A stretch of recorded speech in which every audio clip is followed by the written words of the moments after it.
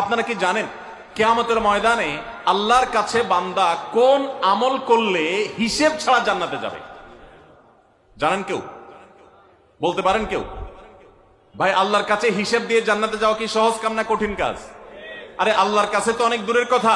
আপনি যে প্রতিষ্ঠানে চাকরি করেন তার মালিকের কাছে, উপরস্থ বসের কাছে একেবারে পুঙ্খানুপুঙ্খ করে প্রতিটা পয়সার হিসাব দিয়ে একদম সবকিছুতে পারফেক্টনেস প্রমাণ করা, এটাই তো একটা কঠিন কাজ, দুঃসাধ্য কাজ। সেখানে সারা জীবনের হিসাব আল্লাহর কাছে দিয়ে পাই পাই করে তারপর আপনি জান্নাতে যাবেন, বিষয়টা এত সহজ না।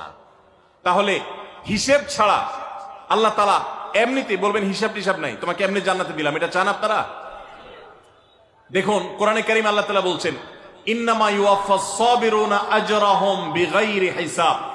আল্লাহ বিনিময় দেওয়ার ক্ষেত্রে, সওয়াব দেওয়ার ক্ষেত্রে দুনিয়াতে যারা সবরকারী হবে, যারা ধৈর্যশীল হবে, যারা সহিষ্ণু হবে, যারা নিজেকে নিয়ন্ত্রণ করতে পারবে, এই সবরকারীদেরকে আল্লাহ তাআলা হিসেব ছাড়া দিবেন, তাদেরকে সওয়াব দিবেন হিসেব ছাড়া।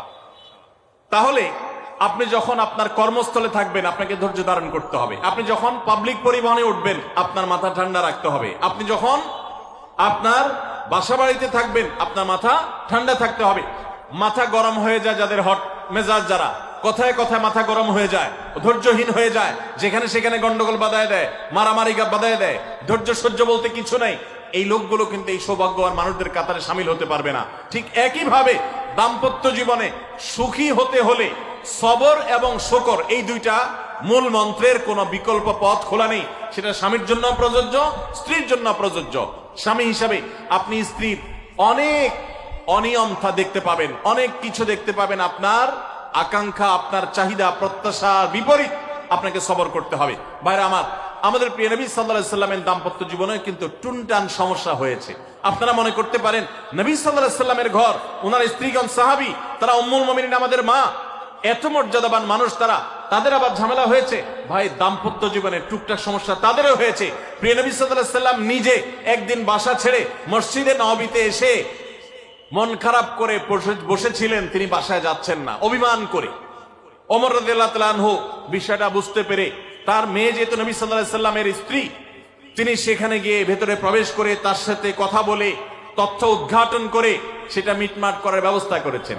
স্বয়ং নবী করিম সাল্লাল্লাহু আলাইহি সাল্লামের জামাতা, ইসলামের চতুর্থ খলিফা আলী রাদিয়াল্লাহু তাআলা আনহু, তার মতে এত মর্যাদাবান মানুষ, তার ঘরে স্ত্রী হিসাবে আছেন কে? মুহাম্মদ সাল্লাল্লাহু আলাইহি সাল্লামের মেয়ে, জান্নাতে নারীদের সর্দার ফাতিমা রাদিয়াল্লাহু তাআলা আনহা।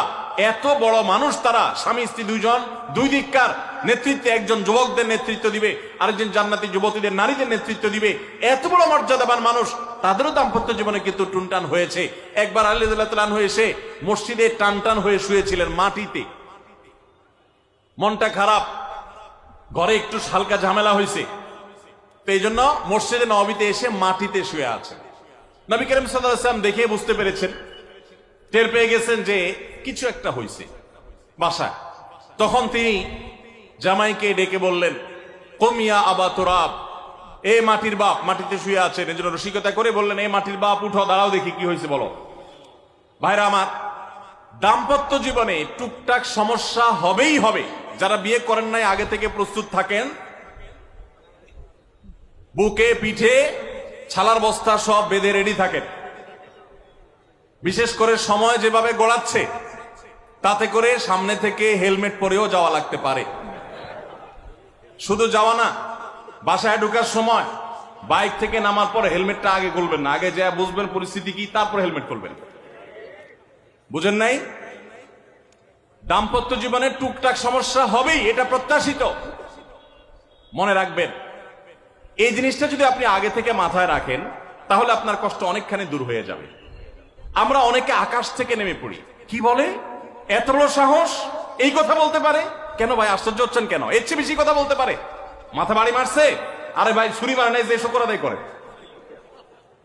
বুঝেন নাই কথা? একই কথা বোনদের জন্য প্রযোজ্য। আমার মা বোন যারা শুনছেন তাদেরকে বলছি, আপনার স্বামীর একটা কথা শুনে আপনি আকাশ থেকে নেমে পড়ছেন, আকাশ ভেঙে পড়ছে মাথার উপরে, কি এটা বললো সে, আপনি ডিপ্রেসড হয়ে যাচ্ছেন। আরে বোন, ডিপ্রেসড হচ্ছেন কেন? এটা কেন? আরো শক্ত কথা আপনাকে বলতে পারে, এটা আপনি মাথায় রাখেন, কারণ দিন শেষে তিনি মানুষ, তার ভুল হতে পারে, একটা সময় তিনি তার ভুল বুঝতে পারেন। দাম্পত্য জীবনে যদি স্বামী স্ত্রী উভয়ে যদি